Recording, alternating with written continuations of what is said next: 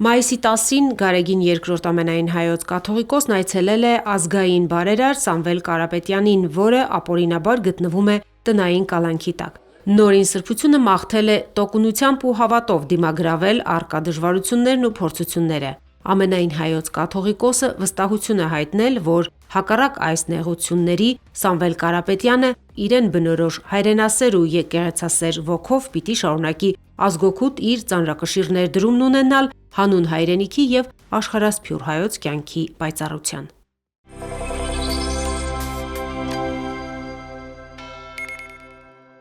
Տավուշի թեմի հոգևորականները իրենց վերաբերմունքն են հայտնում քաղաքացիական պայմանագիր կուսակցության նախընտրական ծրագրի այն կետի առնչությամբ, որով կուսակցությունը պատրաստվում է այսպես կոչված բարենորոգել Հայաստանյայից առաքելական Սուրբ եկեղեցին։ Ես որպես հոգևորական կարող եմ դրա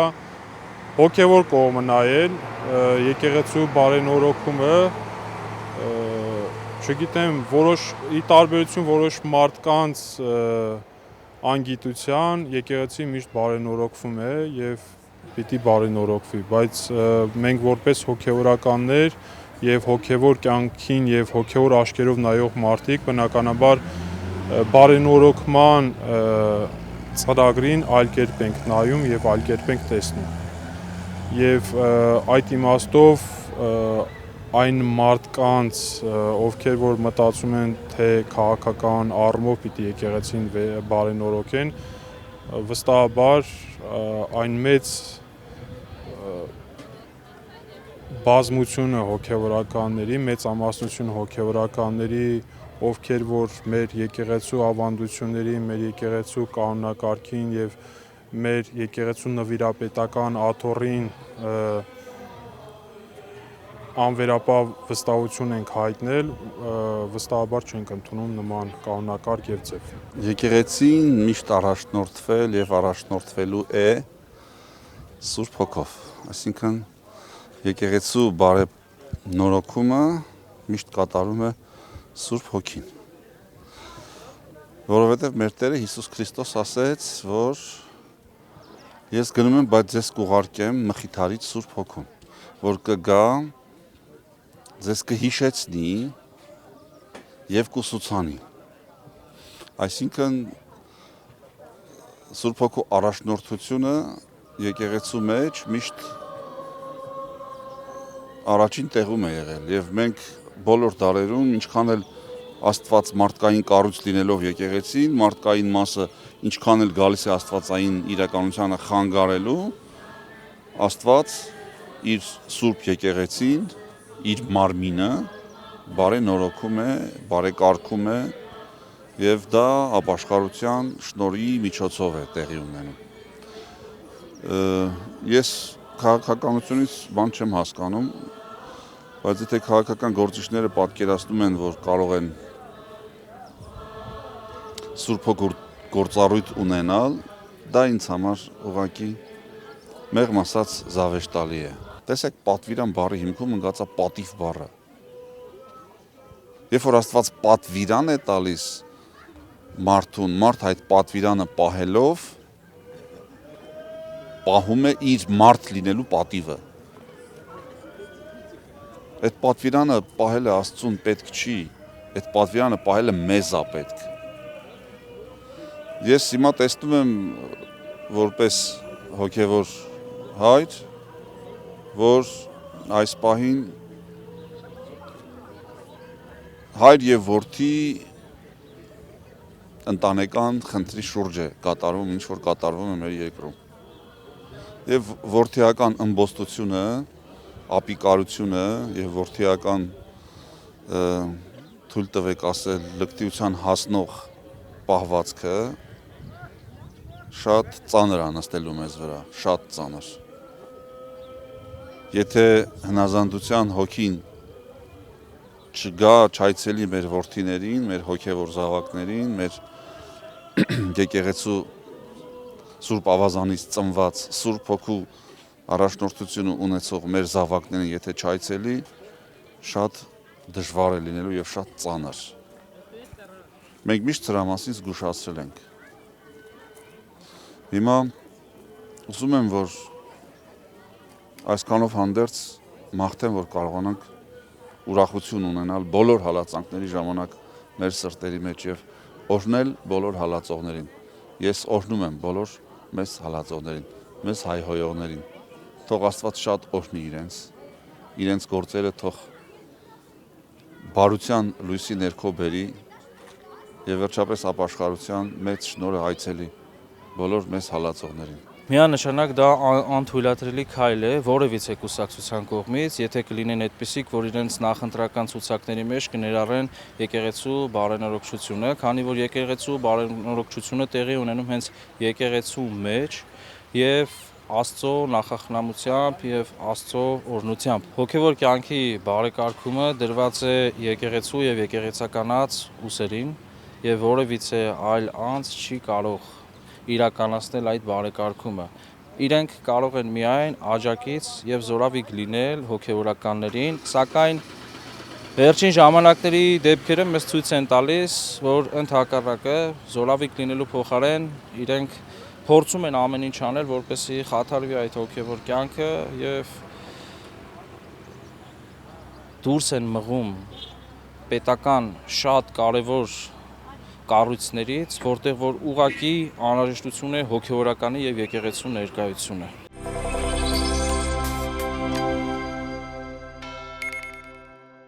Մայիսի 11-ին Երևանի Սուրբ Աննա եկեղեցուն կից ՀՀՄ գրասենյակում տեղի ունեցավ մամուլի ասուլիս նվիրված Մասյացոտնի թեմի շուրջ ստեղծված իրավիճակին։ Մայրաթորի փաստաբան Արա Զոհրաբյանը եւ թեմի առաջնորդ հոգեշնոր Ռուբեն Վարդապետ Զարգարյանը ներկայացրեցին այն հակաիրավական եւ հակականոնական դրույթները, որոնց պայմաններում այսօր ստիպված է գործել թեմը։ Արա Զոհրաբյանը նախ անդրադարձավ այն իրավական գործընթացներին, որոնց միջով անցնում է Մայրաթորը, նախկին եպիսկոպոսի գործողությունների պատճառով։ Արման Սարոյանը կարգալույց հռչակվելուց եւ թեմի առաջնորդի պաշտոնից հեռացվելուց հետո ոչ միայն հրաժարվում է թողնել պաշտոնը, այլև դատական հայց է ներկայացրել, վիճարկելով ամենայն հայոց կաթողիկոսի տնօրինությունը։ Ավելին, կարգալույց հոգեվորականը շարունակում է տնօրինել Մայրաթորի ֆինանսական միջոցները։ Եվ այս առումով դատարանը նայեք ինչ վատ վիճակ է ստեղծել հայ առաքելական սուրբ եկեղեցու համար։ Հիմա Արման Սարոյանը, որը ինչպես գիտեք նաև չի հանդիսանում հոգևորական, որովհետև կարգալույց է հռչակվել, Արման Սարոյանը այսօր բանկային հաշիվներով գործարքներ է կատարում։ Դատարանի որոշման եւ հարկադիր կատարողի կամայական մեկնաբանության հիման վրա։ Ավելին, ամենայն հայոց կաթողիկոսը, երբ որ նրան զրկել էր պաշտոնից, նաև դադարեցրել էր նրա լիազորությունները բանկում։ Եվ հարկադիր կատարողը ինքը կատարողական վարույթի օրենքի կամայական մեկնաբանությամբ ինքն է լիազորել Արման Սարոյանին, որպեսզի նա բանկում գործարք կատարի։ Այսինքն հարկադիր կատարողը իրեն դրել է ամենայն հայոց կաթողիկոսի տեղը եւ նման լիազորություն է տվել։ Եվ այսօր Արման Սարոյանը այդ բանկային հաշիվներին մատչելիություն ունի, ավելին կառավարում եւ տնօրինում է, չունենալով դրա իրավունքները։ Պետք է տեղեկացնեմ, որ ապրիլի 1-ի դրությամբ արդեն ավելի քան 15 միլիոն դրամ նա այդ հաշիվներից դուրս էր հանել եւ այդ հաշիվներում էլ բազմաթիվ դրամական միջոցներ կան, որոնք մենք մտահոգություն ունենք, որ նա կարող է վատնել։ Արա Զոհրաբյանը շեշտեց, որ իրավական համակարգի գործողությունները ակնհայտորեն ուղղորդված են քաղաքական ճնշումներով, քանի որ Մայրաթորի հայցերը հետևողականորեն մերժվում են, մինչդեռ հարկադիր կատարողները գործում են Արման Սարոյանի քմահաճույքներով, կատարելով նրա բոլոր պահանջները։ Փաստաբանը լրագրողներին ներկայացրեց նաև բանկային մի փաստաթուղթ, որտեղ թեմին առնչվող ֆինանսական գործարքներ կատարելիս նա ստորագրել է իր աշխարհիկ անունով։ Իրավաբանը տարակուսանք հայտնեց, արդյոք այստեղ անձի երկրության հարց չկա, ինչպես է իրեն դեռևս թեմակալ առաջնորդ համարող անձը ֆինանսական գործարքների ժամանակ հանդես գալիս աշխարհիկ անունով։ Ինչ են արել։ Երբ որ ամենայն հայոց կաթողիկոսը կարգալույց հռչակեց Արման Սարոյանին, իրենք դա համարեցին, որ դա իբրև խոչընդոտում է դատական ակտի կատարմանը։ Մինչդեռ պաշտոնից ազատելը եւ կարգալույց հռչակելը դրանք տարբեր բաներ են։ Որովհետեւ նա հոգեվորական կարգավիճակի իսկ նա պաշտոն է։ Եվ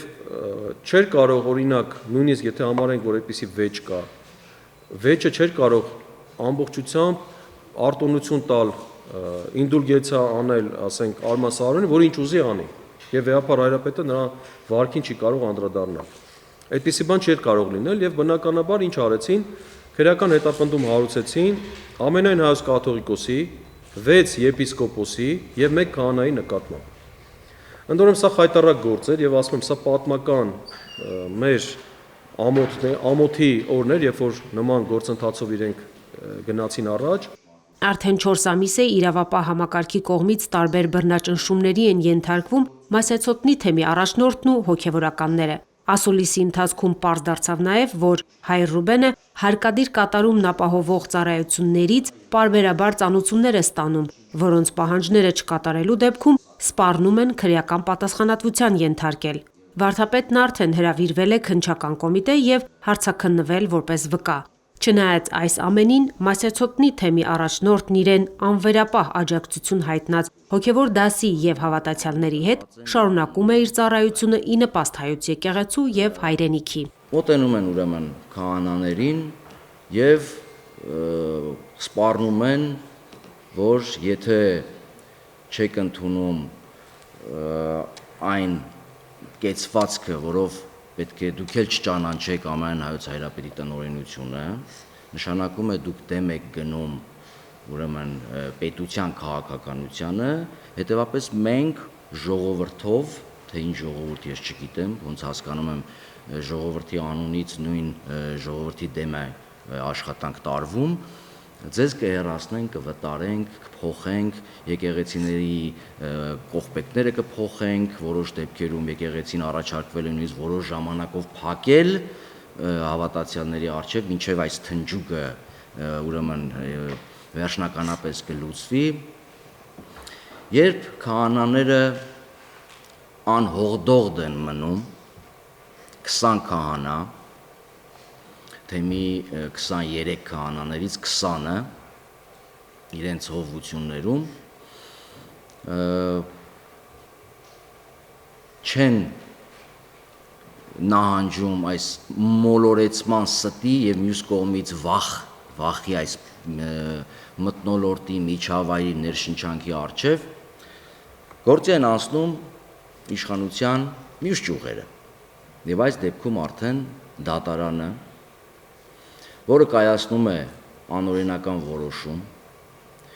բոլոր փաստաթղթերով իրավական,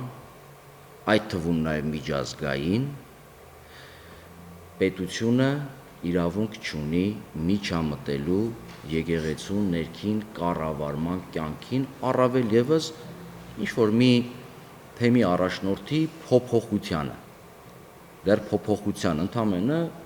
ետ է կանչվել Մայրաթոր Սուրբ Էջմիածին եւ առաջնորդ է փոխվել, որը կանոնադրությամբ, որը ներկայացված է պետության մոտ եւ որին դատարանը իբրև թե մի որոշ հոդվածների հղում է արել իր միջանկյալ որոշումը կայացնելու համար, այդտեղ ուրեմն սևով սպիտակի վրա արձանագրված է, որ ամենայն հայոց կաթողիկոսի իրավասության շրջանակում է ըստ անհրաժեշտության թեմի առաջնորդ նշանակելու, թեմի առաջնորդ փոխելու, թեմ բացելու, թեմ փակելու, իր բացարձակ իրավասության շրջանակում է։ Փաստաբան Արա Զոհրաբյանը հավելեց, որ հակասահմանադրական եւ հակաիրավական է նաեւ եկեղեցական ծառայությունների կասեցումը զինված ուժերում եւ քրեակատարողական հիմնարկներում։ Եկեղեցի պետություն համագործակցությունն ամրագրված է իրավական հստակ դրույթներով եւ պետությունը խախտելով ու անտեսելով դրանք դիմում է հակաօրինական քայլերի։ Մայրաթոր Սուրբ Էջմիածինը հոգևոր ծառայություն չի իրականացնում քրեակատարողական հիմնարկներում։ Սա թող իմանան հատկապես քրեակատարողական հիմնարկների ուրեմն եւ աշխատողները եւ ազատազրկված ուրեմն մեր եղբայրներն ու քույրերը։ Մայրաթոր Սուրբ Էջմիածինը կամ Հայաստանի այս առաքելական Սուրբ եկեղեցին հոգևոր ծառայություն չի իրականացնում հայտնի պատճառներով։ Հիմա ես լսեցի, որ անատների հետ կնքված այդ պայմանագրերի շրջանակում էլ այս պահին չկա այց։ Չեմ կարողացել ճշտել մեկ քահանայի պարագան։ Մնացած դեպքերում այց չկա, Երևան կենտրոն հաստատ չկա։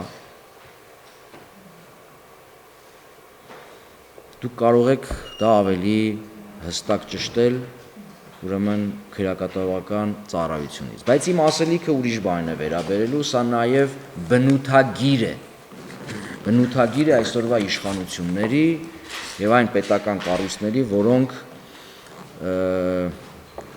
շրջանցելով իրենց տրված լիազորություններն ու պարտականությունները սահմանադրությամբ եւ օրենքներով կատարում են հրամաններ, այսպես ասած։ Քրեակատարողական ծառայությունը պետական կառույց է, դա ինչ-որ կուսակցության կառույց չէ։ Լավ, պետական կառույց է, որտեղ Հայաստանյան Առաքելական Սուրբ Եկեղեցին վերջի 12 տարվա ընթացքում գործել է պայմանագրով, դրանից առաջ բանավոր պայմանավորվածությամբ։ Ու իդեպ ձեզ ասեմ, առանց չափազանցնելու, քրեակատարողական հիմնարկների հոգևոր ծառայության համար մենք ամբողջությամբ պարտական ենք այսօրվա ամենայն հայոց հայրապետի։ Նախընտրական այս ժամանակահատվածում, նույնիսկ 1 տարի առաջ, եկեղեցու դեմ նման պատերազմ հայտարարելը դա, այսպես ասեմ, ոչ ձեռնտու գործ էր,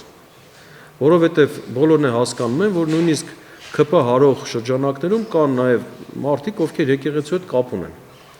Եվ բնականաբար առնվազն նրանց դուրը չի գալու, որ եկեղեցու նկատմամբ նման հալածանքներ են լինելու կամ եկեղեցականների նկատմամբ։ Եվ սա բերելու է բացական վարկանիշի։ Ընդ որում նաև ես տեղեկություններ ունեմ, որ հենց Նիկոլ Փաշինյանը որոշակի առումով հիմա ծիսական կյանքին չի միջամտում, որովհետև իրեն հստակ ասել են, որ վարկանիշը լավ ընկել է դրանից, որ դու մտնում ես, խմբագրում ես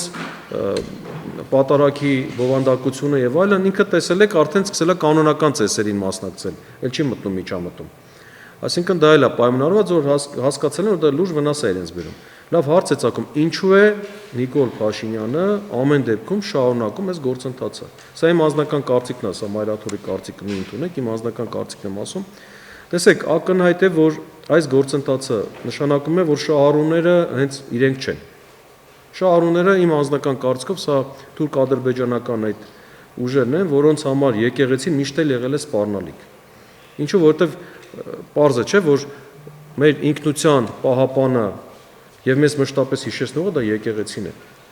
Եվ նաեւ եկեղեցին մեծ դերակատարում ունի Սփյուռքի համախմբան հարցում։ Իսկ Սփյուռքը այսօր կոնկրետ Թուրքիայի համար սպառնալիք է մեծ։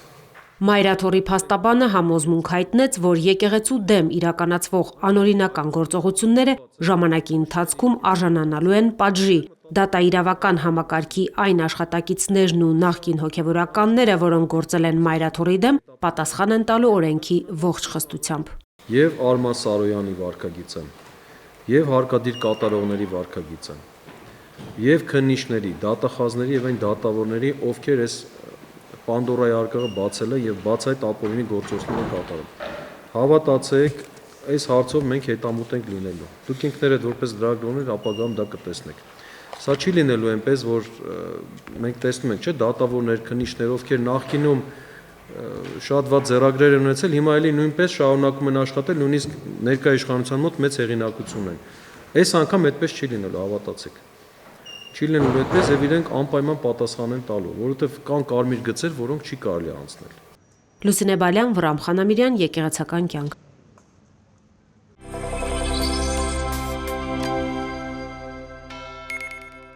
Խոսել Արցախի բարբարով Արցախի մասին, ներկայացնել Արցախը հենց արցախցու աչքերով։ Մոսկվայի հայկական եկեղեցու տապան թանգարանում արցախյան շունչն էր թևածում։ Հիշում ենք, որ կորուստի չմատնվենք, հիշում ենք, որ վերադառնանք։ Այս միտքն էր կարմիր թելի պես անցնում յուրաքանչյուրի խոսքում Արցախին նվիրված ցուցադրության բացմանը։ Տասնամյակներ շարունակ մայիսի 9-ը նշվել է որպես Արցախի հերոսական պայքարի հաղթանակի օր, եւ հենց այդ օրվան էր նվիրված ցուցադրությունը, որը մայիսի 10-ին բացվեց Մոսկվայում։ Թեմակալ առաջնորդ Տեր Եզրած arczepiskopos Ներսիսյանն իր օրհնության խոսքում նշեց, որ Արցախը թեպետ ավերված է եւ ամայի, բայց միշտ մեզ հետ է։ Մեր սրտերն այնտեղ են, որտեղ մեր սրբավայրերն են, մեր արցախյան եկեղեցիները, ասաց Եզրած Սրբազանը։ Այսօրվա ցուցահանդեսը մեր բողոքն է Արցախի դավաճանական հանձնման դեմ։ Մեր բողոքն է Արցախում հայկական հոգևոր ժառանգության բարբարոսական ոչնչացման դեմ։ Մեր բողոքն է ահաբեկչության եւ ցեղասպանության դեմ։ Արցախի ազգային ժողովի նախագահ Աշոտ Ղուլյանը նշեց, որ հայ ժողովուրդը կանգնած է հայրենիքը կորցնելու վտանգի առաջ եւ պետք է միասնական գործել ընդդեմ չարի։ Նա նաև խոսեց բռնագաղթած արցախցիների եւ Բաքվում պահվող գերիների իրավունքների պաշտպանության մասին։ Ամեն օր բոլոր հնարավոր ացիաներում պետք է խոսենք գերիների վերադարձի մասին։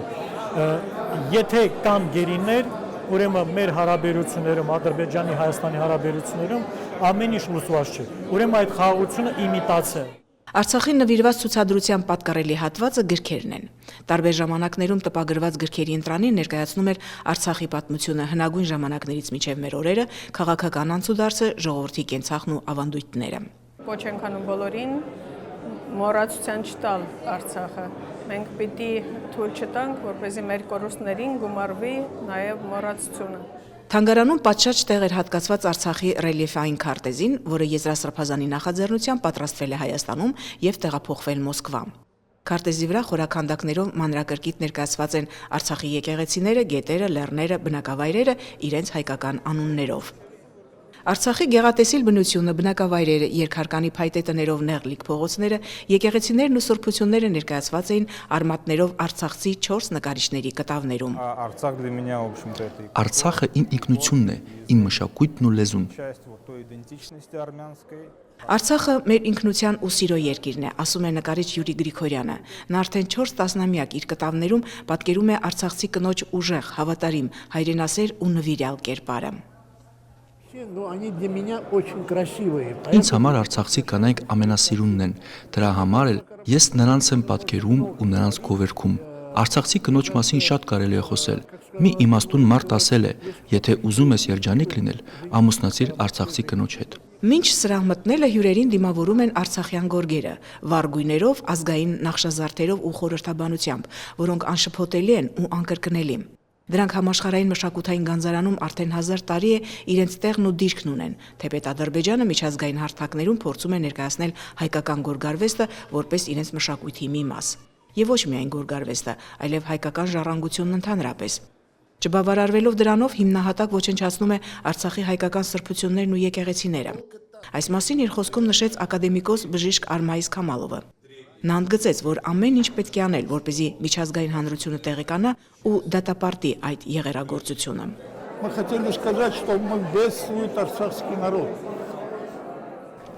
Արցախցին հավատում է, որ վերադառնալու է, որ ինքն ունի վերադարձի օրինական իրավունք։ Մենք բոլորին խնդրում ենք խոսել այդ մասին։ Վաղ թե ուշ պիտի հասնենք այն բանին, որ միջազգային կազմակերպությունները հասկանան մեզ,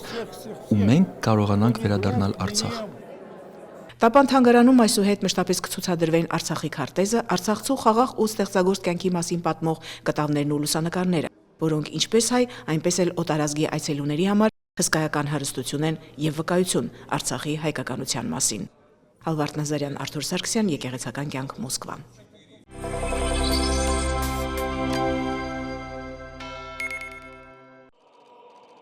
Վրաստանը նոր կաթողիկոս պատրիարք է ընտրել։ Համայն Վրաստանի 142-րդ հովվապետի ընտրություններն սկսվել են մայիսի 11-ի վաղ առավոտյան Թբիլիսիի Սուրբ Երրորդություն Մայր տաճարում։ 22 ձայնով ընտրվել է Շիո Մուջիրին։ Միտրոպոլիտ Շիոն ծնվել է Թբիլիսիում 1969 թվականին։ Թավջութակահարի կրթություն է ստացել Թբիլիսիի կոնսերվատորիայում։ Սակայն թողել է երաժշտի մասնագիտությունը եւ 1993 թվականին վանականի ուխտ է ընդունել։ 57-ամյա Շիո Մուջիրին 2017 թվականից համարվել է հանգուցյալ Իլիա II-ի հավանական իրավահաջորդը։ 9 տարի եղել է կաթողիկոս պատրիարքի տեղապահը։ Ընտրությանը մասնակցել են 1000-ից ավելի պատվիրակներ թեմերից, վանքերից, հոգևոր այլ հաստատություններից, նաև հանրային գործիչներ գիտության եւ մշակույթի ոլորտներից։ Քվեարկությունն անցկացրել են Սուրբ Սինոդի բարձրաստիճան հոգևորականները։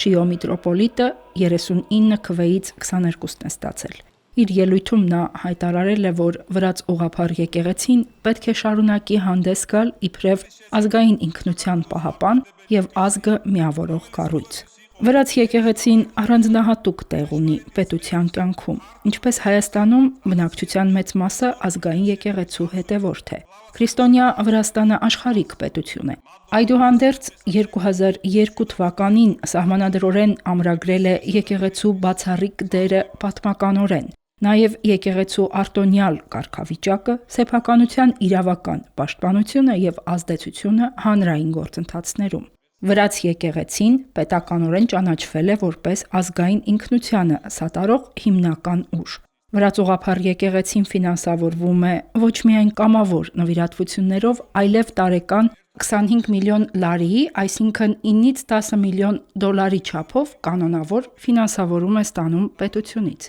Իսկ հոգևորականները զգալի ազդեցություն ունեն քաղաքական կյանքում, հիմնականում զբաղվելով մշակութային ժառանգության պահպանությանը եւ տարածքային ամբողջականությանը վերաբերող հարցերով։ Վրաց եկեղեցին տնօրինում է խոշոր գույքային միջոցներ։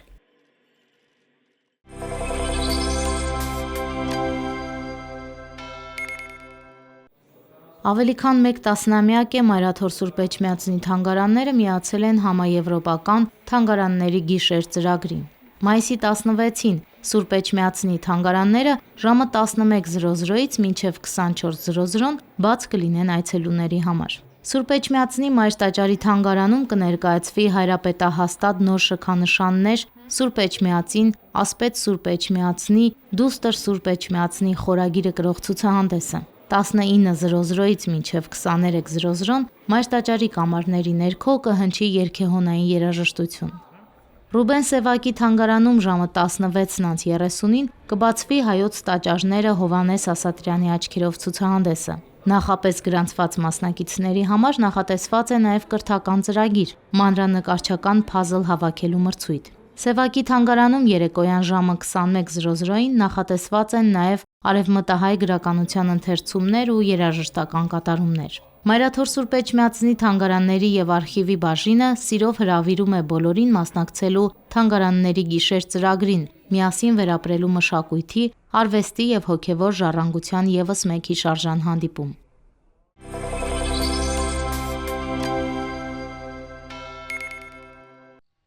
Մայիսի 14-ին հայ առաքելական եկեղեցին կնշի համբարձման տոնը, որը հարուցյալ Քրիստոսի երկինք համբառնալու հիշատակությունն է։ Հարությունից 40 օր հետո Հիսուս իր աշակերտների հետ բարձրացավ Ձիթենյաց լեռը, ձեռքերը երկինք պարզելով օրհնեց առաքյալներին եւ նրանց աչքի առաջ երկինք համբարձվեց։ Քրիստոսի համբարձման տեսարանը նկարագրված է Մարկոսի եւ Ղուկասի ավետարաններում, Գործք առաքելոցում։ Համբարձման տոնը հայտնի է ժողովրդական ավանդույթներով, հանդիսություններով, վիճակի եւ ջան-գյուլումի ծեսերով, ծաղկահավաքով, ուխտագնացություններով, ծիսական ուտեստներով։ Այդ օրը Սուրբ Պատարագից հետո ավանդույթի համաձայն համբարձման կաթնապուր են ճաշակում, ծաղկաշատ վայրերում սպոսանք եւ խաղեր կազմակերպում։ Համբարձման տոնի ուխտավայրեր են Վարդենիկի եւ Լուսագյուղի Թուխմանուկ եկեղեցիները, Արայի լեռան լանջին գտնվող Ծաղկևանքը, Գնդեվանքը, Գեղարդավանքը եւ այլ սրբավայրեր։ Համբարձման տոնին հայոց եկեղեցին նշում է կաթողիկոսական աթոռը Սիս քաղաքից Մայրաթոր Սուրբ Էջմիածին փոխադրելու պատմական իրադարձությունը։ Հայ առաքելական Սուրբ եկեղեցու հոգևոր եւ նվիրապետական գերագույն իշխանությունը ամենայն հայոց կաթողիկոսությունը պաշտոնապես հիմնադրել է Գրիգոր Լուսավորիչը Վաղարշապատում։ Այդ ժամանակ է կառուցվել Միածնաեջ Սուրբ տաճարը։ Պատմական հանգամանքների բերումով ամենայն հայոց կաթողիկոսության աթոռանիստը հաճախ է տեղափոխվել մի վայրից մյուսը, այնտեղ որտեղ որ երկրի վարչական կենտրոնն է եղել։ Դվին, Աղթամար, Անի, Սիս եւ այլ վայրեր։ Կիլիկիայի հայկական թագավորության անկումից հետո ազգային եկեղեցական ժողովի որոշմամբ 1441 թվականին Մայրաթոռը մեկընդմիշտ վերահաստատվել է Էջմիածնում։ Համբարձման տոնին Սուրբ Պատարագից հետո հայոց բոլոր եկեղեցիներում կատարվում է հայրապետական մաղթանքի արարողություն եւ աղոթք է բարձրացվում առ Աստված, որ անսասան պահի իր իսկ հիմնած Մայրաթոռը։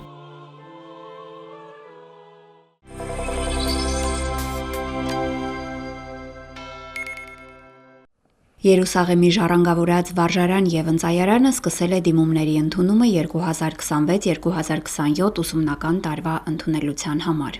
Վարժարանը կրոնական գիշերօթիկ ուսումնական հաստատություն է, որը գործում է Պատրիարքարանի տնօրինության ներքո։ Վարժարանում եւ ընծայարանում ուսուցանվում են հայագիտական, հասարակագիտական եւ աստվածաբանական առարկաներ։ Կարող են դիմել 15 տարեկանը լրացած հայորդիներ, որոնք ունեն միջին, ավագ կամ ավելի բարձր կրթություն։ Ընդունվելու համար գրավոր քննություններ են հանձնելու հայոց լեզու, հայ գրականություն եւ հայոց պատմություն առարկաներից, հարցազրույցի միջոցով ստուգվում են նաեւ երաժշտական եւ քրիստոնեական գիտելիքները։ Ժառանգավորած վարժարանը հիմնադրվել է 1843 թվականին Զաքարիա Պատրիարքի օրոք Ռամլե քաղաքում։ 2 տարի անց տեղափոխվել է Երուսաղեմ։ 1975 թվականին դադարել է որպես վարժարան գործելուց եւ վերածվել թանգարանի։ Նույն թվականին ժառանգավորացի համար կառուցվել է նոր շենք։ Կրթօջախն ունի 2 բաժին՝ վարժարան եւ ընծայարան։ Վարժարանում սովորում են հիմնականում 14 տարեկանը լրացած սաներ, ուսման տևողությունը 4 տարի է։ Ընծայարանում կրթությունը 3 տարի է, այստեղ ուսանողները ստանում են սարկավագի կամ ուրարակրի եկեղեցական առաջին աստիճանները։ Դասախոսական կազմում շուրջ 20 հոգևորականներ ու աշխարհականներ են հրավիրված Հայաստանից եւ այլ երկրներից։ Վարժարանում սովորում են տասնյակ ուսանողներ Հայաստանից, Ռուսաստանից, Թուրքիայից, Վրաստանից, Արևելյան Եվրոպայից։ 2026-27 ուսումնական տարվա ընդունելության համար դիմումները ընդունվում են հունիսի 1-ից մինչև հուլիսի 15-ը։ Փաստաթղթերը ներկայացնել Գևորգյան հոգևոր ճեմարանի քարտուղարություն, դիմել ամեն օր բացի կիրակից նշված ժամերին։ Դիմորդից պահանջվում է ներկայացնել դիմում, կրթության վկայական, հայ առաքելական եկեղեցու մկրտության վկայական, ինքնակենսագրություն, բնութագրեր եկեղեցու հոգևոր հովի եւ դպրոցի տնօրենի կողմից, զինվորական կցագրման վկայական, անձնագրի պատճեն, ծննդյան վկայականի պատճեն, 4 լուսանկար, տեղեկան առողջության վերաբերյալ։ Ուսանողի ճանապարհածախսը, սնունդը, հագուստը, բժշկական եւ ուսման ծախսերը հոգում է Երուսաղեմի հայոց պատրիարքությունը։